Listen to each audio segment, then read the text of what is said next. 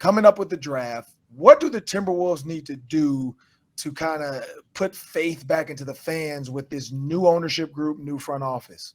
I'll tell you what, I mean, it's just nice to be talking about the draft. The Timberwolves didn't have a first round pick last year. And a couple years ago was the Anthony Edwards draft. So it's a little bit of a different animal drafting at 18. I guess after the Jimmy Butler year, the Wolves drafted, I think Josh Okogie was the 20th pick. But besides that, the Wolves have either been in the lottery or without a pick going back really decades. They haven't picked, since the good Kevin Garnett years. They haven't picked in this range of the draft very often. So it's a little bit weird, trying to analyze this draft honestly, because the Anthony Edwards year. It was like, hey, they're either going to pick Anthony Edwards or LaMelo Ball. And then last year there wasn't a first round pick. And now it's like, we don't know what's going to happen. They have the 19th pick in the first round, 3 second round picks. And of course the new front office, as you mentioned, Tim Connolly is now in charge of basketball operations, and he has a great track record coming from Denver, especially in the late first round. I mean, he's drafted guys like Minnesota native and Zeke Naji recently, Bones Highland, Michael Porter Jr. was like, I think he was the 16th pick or something, kind of middle of the first round. So he's got a good track record of finding these diamonds in the rough. And, I don't know that they need to do that because they have their 2 stars with Karl-Anthony Towns and Anthony Edwards. They need to find a player for the rotation that's kind of plug and play. And really that could be, it could really be at any position.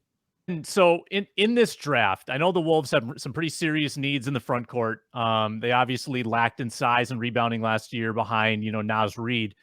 Do you think they need to draft for need with this pick, or is the draft only about finding talent, whether that's guard, center, forward, or whatever position? Yeah, I think mid-late first round is an interesting kind of, because you always hear about like draft for need or best player available, right? And you just don't know what's going to be on the board there. So, you could take a swing, like for instance, the Jaden McDaniels pick a couple years ago for the Wolves. They had they actually got an extra first round pick to take McDaniels and Leandro Balmaro. Obviously the jury's still out on Balmaro. He just played a little bit last year, didn't play at all the first year after he was drafted. So the McDaniels was something of a swing, and it looks like it's going to turn out pretty well. And, you could do that. You could go with a higher upside guy that maybe has a lower floor and just figure maybe we can find a third star, assuming DAngelo Russell's not around that much longer. Or you could just look for a player that's going to be plug and play in the rotation. And I might be in the minority here. I know they need size. I know they need physicality. I know they need rebounding. But I don't know that, drafting for a backup center is the best use of assets here, because, Karl-Anthony Towns is going to play 30, 32 plus minutes per game. So you're talking about 14 to 16 minutes at best and less than that in the playoffs. Naz Reid's a pretty good backup center. I know that he has some holes in his game. That's why he's a backup. But, I don't know that that's an efficient use of assets. So in my mind, it's Chris Finch likes to play really kind of positionless basketball and in a sense, and have flexible, switchable defenders, kind of interchangeable parts on the perimeter offensively. So I think really, there's a lot of good wings in this draft, 3s that can play the 4 or 4s that can play the 3.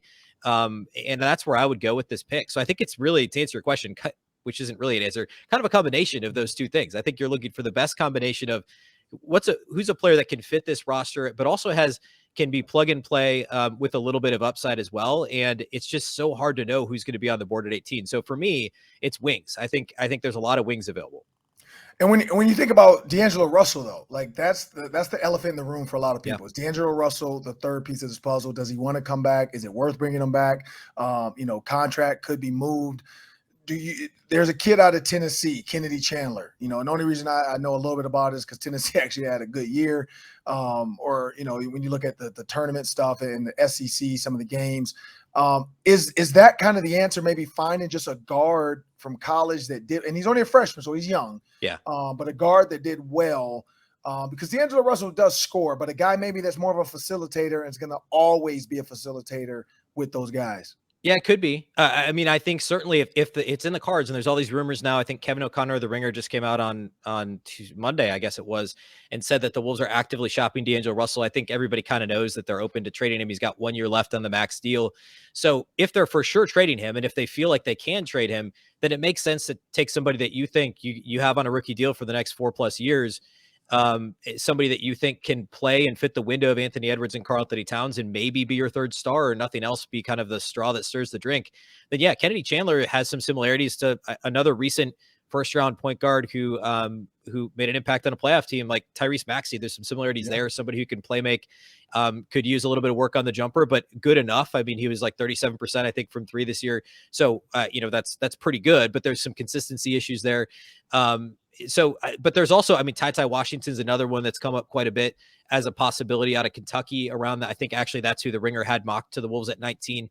So that's definitely a possibility. There's also the chance, sitting here now a little more than a week out, there's always the possibility the Wolves attach this pick to DAngelo Russell if they end up trading him, and maybe they need to do that in order to get back, the requisite assets in a trade. I mean, that's always a possibility too. And then obviously you've got to find a point guard somewhere else. You can't go into the year with just Patrick Beverley and Jordan McLaughlin, but it's a possibility. Drafting a rookie point guard and just expecting them, if they do trade DAngelo Russell, to like step in and be the guy is a little bit scary if you want to take that next step as a team, but it's certainly a possibility. Let me call back to our first segment here, Ben. So we talked about Andrew Wiggins potentially winning it all and how it compares to Kevin Love winning it all, Kevin Garnett winning it all, Jimmy Butler coming very close. Where do you think Andrew Wiggins almost winning this thing with the Golden State Warriors ranks among departed Timberwolves going off and winning titles? That's a great question. That's a really weird one. I mean, with Kevin Love, it was like you kind of felt good for him because he was always thought of as a good stats, bad team guy. And he won it as the third best player on a really, with one of the best 2 players of all time. And, Kevin Garnett, obviously everybody was happy for Kevin Garnett because he never really wanted to leave Minnesota in the first place. This is a little different because Andrew Wiggins was never what everybody wanted him to be. And he was never going to be that, right? He was never going to be the alpha dog, the 1A. And he hasn't needed to be that in Golden State. He can play second, third, sometimes fourth fiddle and step up when he needs to. And I don't know. It's funny because like Andrew Wiggins people didn't not like Andrew Wiggins, right? He has a good reputation as a person. People liked him. His teammates liked him. His coaches liked him. He didn't leave really on bad terms other than, he just had underwhelmed here, but that's because the expectations were so sky high. So I think it'd be a tough pill to swallow because it almost kind of just shows like, hey, this organization couldn't develop Andrew Wiggins.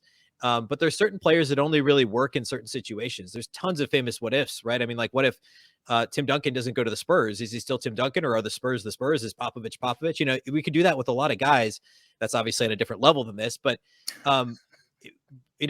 what other situation, if Wiggins gets traded by Golden State this offseason, which is a possibility, although if they win the finals and he somehow wins finals MVP or something crazy, maybe not, but in his next stop in the NBA, what does this look like? Is it back to where he was in Minnesota? Our team's going to expect too much out of him. This is really kind of the perfect situation for Wiggins. And to be fair, Golden State's been a perfect situation for a lot of guys that had very different careers elsewhere. Yeah, I mean, Kevin Garnett, not to say he can't win it anywhere else, but he hasn't won it anywhere else. And Golden State did for him what they're doing for Wiggins, what they, like you said, like they do for a lot of people. Andrew Wiggins, he might be the finals MVP. If he has a 30-something point game and they close it out, that committee might be like, wait a minute, this dude shut down Jason Tatum. He's playing defense. He's the Andre Iguodala. Like Andre Iguodala stole it from Steph. Andrew Wiggins might steal it from Steph, and then the Minnesota fans will really feel the sting if Wiggins is a champion and an MVP, and he did not do it in Minnesota. Well,